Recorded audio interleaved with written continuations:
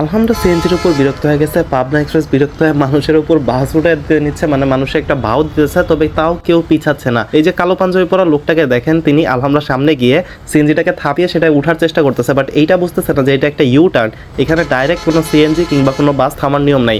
বাসটাও যত্রতত্র থামে, তবে এখানে আপনি সিএনজিতে দামাদামি করবেন বাই 220 টাকা একদম, এই টাইপ অপশন আপনি এখানে পাবেন না, আপনাকে একটু সামনে যা দামাদামি করতে হবে। সেইটা থেকে কিছুজন না উঠতেই সেই কালো পাঞ্জাবি পরা ভাই আবার কোনো একটা হুন্ডালার সাথে দামাদামি করতেছিল, যার কারণে সেলফি বাসটা ঘুরতে আটকে যায়। সেই ক্লিপটা আমি যত সময় পাই না, তবে একটু পরে পাই।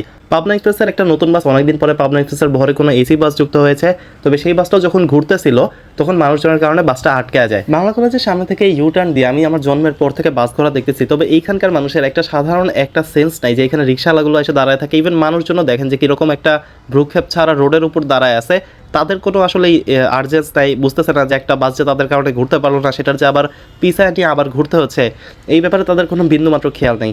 যে যার পছন্দ অনুযায়ী কাজ করে, যে সেখান থেকেই তারা বাসে উঠতে পছন্দ করে, একটু সামনে গিয়ে যাত্রী ছাউনি থেকে বাসে ওঠে না, কিংবা বাসদেরও যে ঘুরতে একটু সহায়তা করবে সেটাও কেউ করে না। সেখানে কেউ রিক্সা স্ট্যান্ড করে রাখে, কেউ সিএনজি স্ট্যান্ড করে রাখে, আবার কেউ বাইক নিয়ে দাঁড়ায় থাকে।